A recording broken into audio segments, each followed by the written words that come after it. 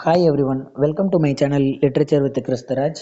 இன்னைக்கு கலைச்சொல் வேட்டையில் 3வது தலைப்பில் நம்ம பார்க்க போகிறது முக்கியமான இன்ஃபர்மேஷன். வாங்க என்னன்னு பார்க்கலாம். First information, plug and play அப்படிங்கிறதுக்கு என்ன மீனிங்னா செருகி உபயோகி.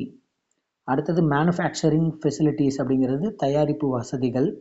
OEMS அப்படிங்கிறது ஒரிஜினல் எக்யூப்மெண்ட் மேனுஃபேக்சரர், அதாவது தமிழில் அசல் துணைக்கருவி உற்பத்தியாளர்.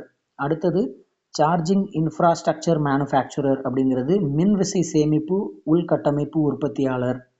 அடுத்தது இன்டர்னல் கம்புஷன் என்ஜின் அப்படிங்கிறது உள் எரிப்பு இயந்திரம் எந்திரம். அடுத்தது டிமாண்ட் சைடு இன்சென்டிவ் அப்படிங்கிறது தேவை தரப்பு ஊக்கத்தொகை. அடுத்தது கிரம்பிள் ஜோன் அப்படின்னா விபத்து தடுப்பு பகுதி. அடுத்தது புரோட்டோடைப்பிங் அப்படின்னா முன்மாதிரி அப்படின்னு அர்த்தம். EFA அப்படிங்கிறது துணை கருவிகள் நிதி உடன்பாடு. அடுத்தது ஜீரோ கனெக்ஷன் காஸ்ட் அப்படின்னா கட்டணமில்லா இணைப்பு. அடுத்தது கம்ப்யூட்டர் சயின்ஸ் அப்படின்னா கணினியியல். இன்னைக்கு டிஸ்கஸ் பண்ண இன்ஃபர்மேஷன்லேருந்து கட்டாயம் கொஸ்டின் கேட்கறதுக்கு வாய்ப்புகள் அதிகம் உண்டு. கட்டாயம் இந்த இன்ஃபர்மேஷனை நோட் பண்ணிக்கோங்க. கட்டாயம் இது பயனுள்ளதாக இருக்கும்னு நினைக்கிறேன். வேறு சில பதிவுகளோட வேறு சில வார்த்தைகளோடு உங்களை மீட் பண்ணுறேன். தேங்க்யூ.